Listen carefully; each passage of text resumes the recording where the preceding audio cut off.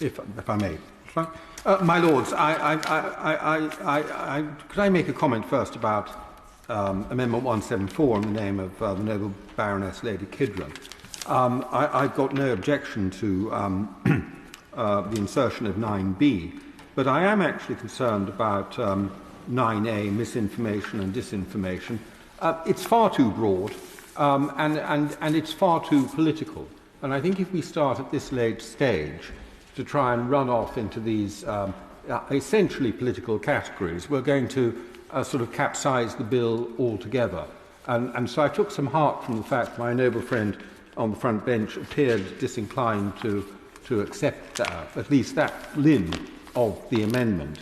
But I did want to ask briefly some more detailed questions about Amendment 172 and about subsection B in particular.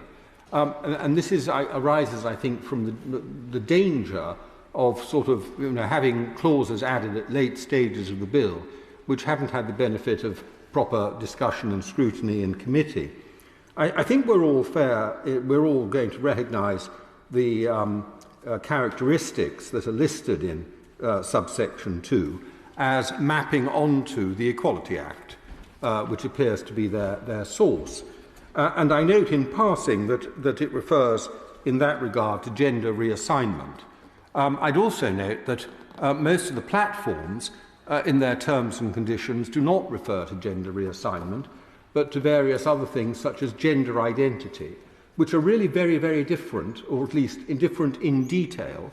And I'd be interested to note, to ask my noble friend how effectively he expects it to be enforced that the words used in English statute are actually applied by these foreign platforms. I'm going to come back to this in a further amendment later, or how the words used in English statute are applied by what are essentially foreign platforms when they are operating for an audience in the United Kingdom. But I also wanted to make a more general point. I've actually got up the Equality Act just to make sure I'm not mistaken about this. But the Equality Act is essentially about discrimination against people as individuals or as groups. And so if I take what it says in defining direct discrimination, it says a person A discriminates against another B if, because of a protected characteristic, A treats B less favourably than A would treats or would treat others. So there has to be a B, there has to be a person for the Equality Act to be engaged. But what this says is that content is abusive and which targets is an interesting word. It doesn't say attacks, it doesn't relate to treatment, it's targeting any of the following characteristics. One can target something favourably. One can be positive in targeting something. It doesn't have to be a negative thing. But let's say we come then to the question of religion. If I treat B in my life, if I am an A and I treat B adversely because they adhere to a particular religion, then I fall foul of the Equality Act. But this appears to cover religion as a phenomenon.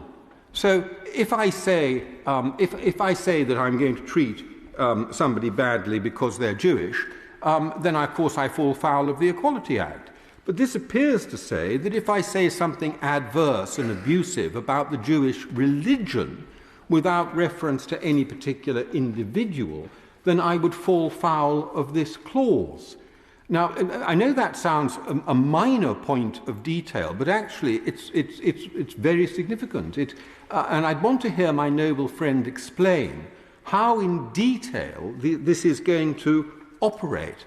If I say something adverse or abusive about gender reassignment and disability, that wouldn't fall foul of the Equality Act necessarily, but it would fall foul of this, as far as I can see it. So I really would like, are we creating a new blasphemy offence here, in effect, in relation to religion, as opposed to what the Equality Act does?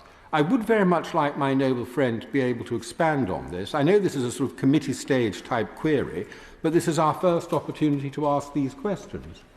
My Lord, it's interesting because I haven't discussed this at all with the noble Lord Moylan.